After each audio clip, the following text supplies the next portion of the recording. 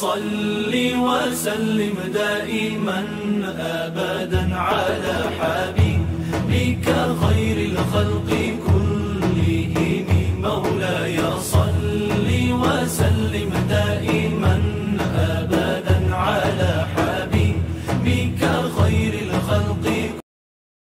Assalamualaikum warahmatullahi wabarakatuh. Apa kabar anak-anakku yang soleh dan solehah? Semoga kita selalu dalam lindungan Allah Subhanahu wa Ta'ala. Kembali lagi dalam program pembelajaran jarak jauh kerjasama KKGPAI Kecamatan Lemahungkuk, Kota Cirebon. Walaupun kita sudah bertatap muka dalam pembelajaran, tapi mudah-mudahan video pembelajaran ini merupakan suplemen dan penambah semangat kalian dalam belajar. Perkenalkan, nama Bapak Fahrul Rizal. Setiap hari Bapak mengajar di SDN Pegambiran 2 Kota Cirebon. Kesempatan ini Bapak akan belajar tentang memahami dan mempraktekkan wudhu, terutama untuk anak-anak kelas 2 semester 1, khususnya yang ada di Kecamatan Lemahungkuk. Baiklah, tak bosan-bosannya Bapak selalu ingatkan, walaupun kita sudah tatap muka, jangan lupa untuk selalu menjaga protokol kesehatan ya anak-anakku yang soleh dan solehah. Baiklah, pertama kita akan memahami dan mempraktekkan arti wudhu. Nah, anak-anak yang pintar dan soleh ini, mudah-mudahan kalian sudah paham ya apa sih wudhu itu, buat apa sih wudhu itu. Nah, kita akan belajar bersama-sama. Ini tentang yang tadi Bapak ingatkan, jangan lupa untuk selalu cuci tangan dimanapun kalian berada dan memakai masker.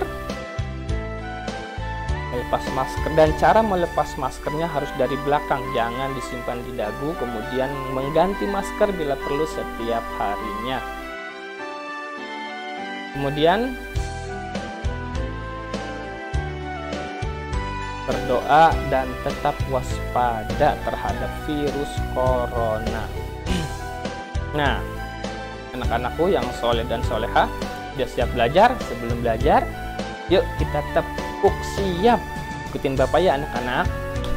Pasang mata, pasang telinga, konsentrasi, duduk rapi, pinter anak-anakku yang soleh dan solehah ini. Nah, tak lupa juga untuk minta ditemani sama orang di rumah ya anak-anakku. Boleh sama mamahnya, sama bundanya, sama kakaknya dalam menemani pembelajaran kali ini.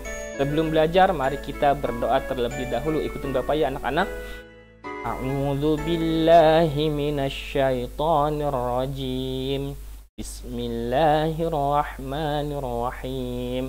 Asyhadu an la ilaha illallah wa asyhadu anna Muhammadar Rasulullah. Raditu billahi rabba wa bil islami dina wa bi Muhammadin nabiyyan wa rasula. Rabbi zidni ilma warzuqni fahma. Amin ya rabbal alamin. Baiklah anak-anak, mudah-mudahan setelah kita berdoa, apa yang Bapak sampaikan bisa bermanfaat dan kalian mudah memahami apa yang Bapak sampaikan. Nah, sebelum masuk ke pembelajaran, kita dibiasakan untuk selalu membaca Al-Quran. Ya, kali ini kita akan membaca surat An-Nasr. Pasti kalian sudah pada hafal kan? Ayo ikutin Bapak. A'udzu billahi minasyaitonir rajim.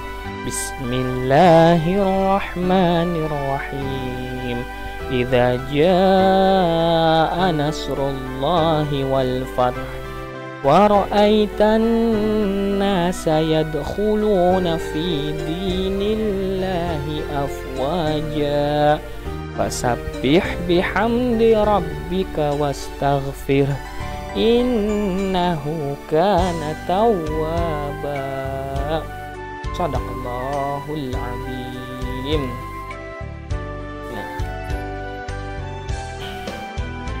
Nah, tujuan pembelajaran pada kali ini yaitu melalui tayangan slide gambar dan video pembelajaran. Bapak harapkan kalian mampu pertama menjelaskan arti wudhu dengan benar. Kemudian berikutnya mengetahui tata cara berwudhu dengan benar.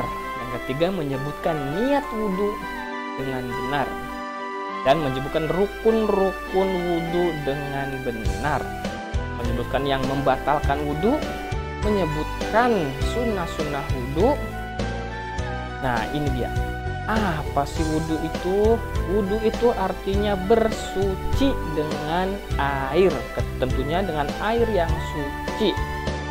Kemudian wudhu merupakan salah satu syarat sahnya sholat. Jadi ketika kita mau sholat, kalau nggak wudhu berarti sholatnya tidak sah. Iya, pinter. Dengan berwudhu kita menjadi suci. Kita hendak melaksanakan sholat. Lalu ini dia tata cara berwudhu yang pertama. Apa itu? Membaca niat. Pintar, sudah pada hafal belum niatnya? Nanti kita hafalkan bersama-sama ya. Yang kedua yaitu mencuci tangan. Kita mencuci tangan dari sela-sela jarinya sampai punggung telapak tangannya. Kemudian yang ketiga membersihkan hidung.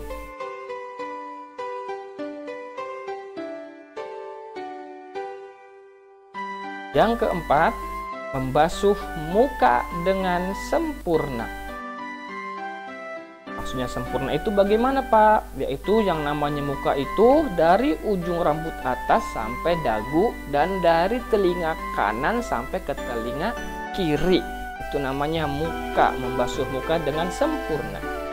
Kemudian yang kelima yaitu membasuh kedua tangan sampai siku. Ingat ya anak-anak, sampai siku. Jadi nggak harus seluruh tangan basah, cukup sampai siku yang dibasuhnya. Kemudian yang keenam, mengusap rambut kepala sebagian. Ingat, rambut kepala sebagian, tidak perlu semuanya ya anak-anak. Biasanya di bagian atas kepala kita dibasuhnya. Yang ketujuh, mengusap dua daun telinga. Yang kedelapan, membasuh kedua kaki sampai mata kaki. Ingat ya anak-anak, batasnya sampai mana? Sampai mata kaki. Jadi tidak perlu kalian basuh kaki semuanya sampai ke paha, sampai ke dengkulnya. Cukup sampai kedua mata kaki yang dibasuh. Yang terakhir yaitu berdoa sesudah wudhu. Nah, itulah tata cara berwudhu. Baiklah, kita akan pelajari satu persatu tata cara berwudhu. Nah, ini dia niat wudhu dengan benar. Ikutin Bapak ya anak-anak.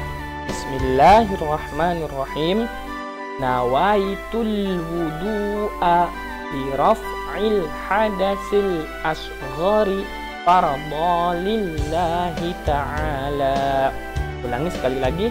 Nawaitul wudu'a li raf'il hadasil asghari faradalillahi ta'ala.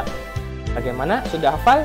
Bapak minta kalian ditemani sama mamahnya atau sama ayahnya untuk melafalkan niat wudhu ini. Dan tak lupa setorkan hafalan kalian ke guru PAI, guru agama kalian di sekolah kalian masing-masing. Nah, itulah niat wudhu.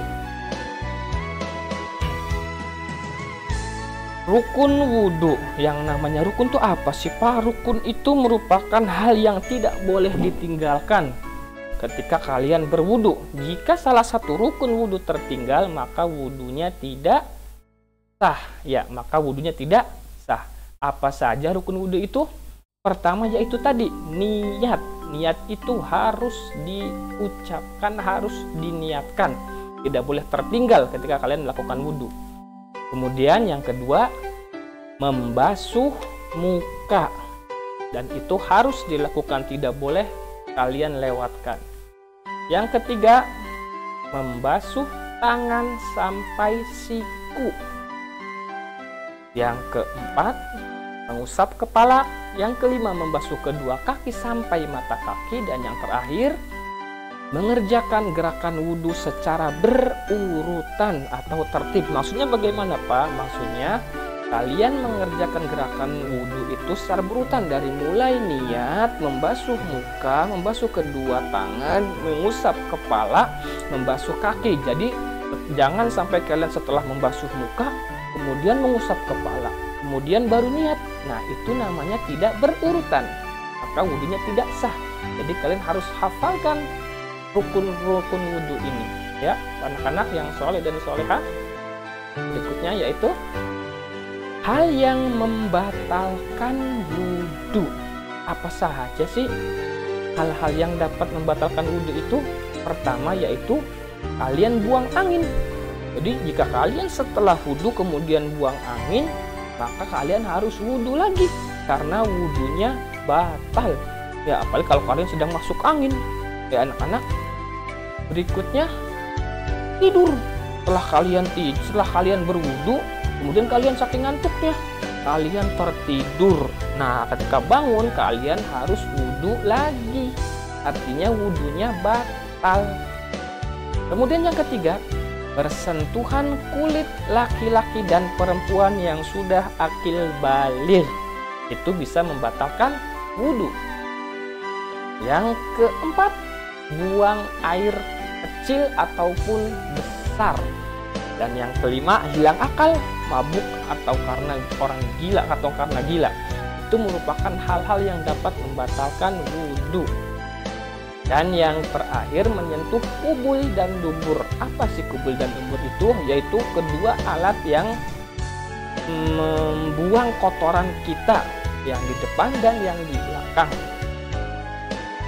Nah, ini dia tepuk wudhu. Ayo anak-anak ikutin apa yang Bapak ucapkan, apa yang Bapak gerakan.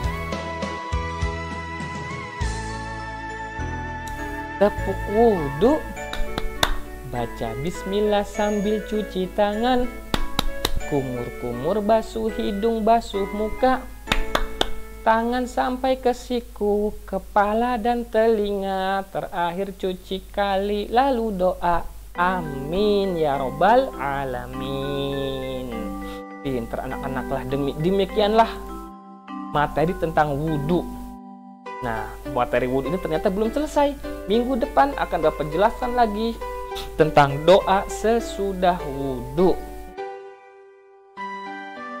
Baiklah anak-anakku yang soleh dan solehah, demikianlah pembelajaran kali ini. Mudah-mudahan bermanfaat buat kalian. Dan tak lupa, jangan lupa pesan Bapak selalu jaga kesehatan, selalu pakai masker, selalu makan makanan yang bergizi. Dan tak lupa selalu berdoa kepada Allah Subhanahu wa Ta'ala. Amin ya robbal alamin. Demikianlah pembelajaran dari Bapak, mudah-mudahan bermanfaat buat kalian. Wassalamualaikum warahmatullahi wabarakatuh.